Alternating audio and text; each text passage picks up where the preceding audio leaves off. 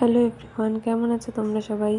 তো আজকে আমার একটা ফ্রেন্ডের বার্থডে, তাই রেডি হয়ে কেকটা নিয়ে নিলাম ফার্স্টে। তারপরে ওর জন্য একটা গিফট রেডি করতে দিয়েছিলাম, তো সেটা নিয়ে আমরা তিনজনে এখন চলে যাচ্ছি। তো ওদের বাড়িতে এসে গেছি।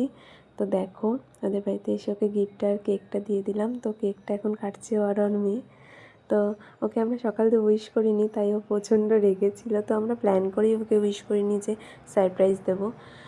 ওর বিয়ের পর দিয়ে কোনোবার ও এখানে ছিল না ওর বার্থডেতে, তাই এবার আছে। তাই আমরা প্ল্যান করলাম তাহলে ওকে এবার সারপ্রাইজটা দেওয়াই যায়।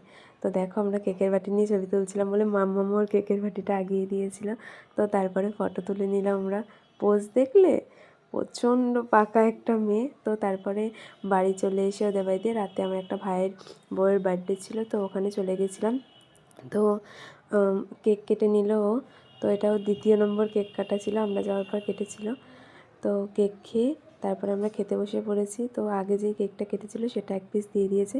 তারপরে রাইস, চিকেন, চাটনি, পাঁপড় আর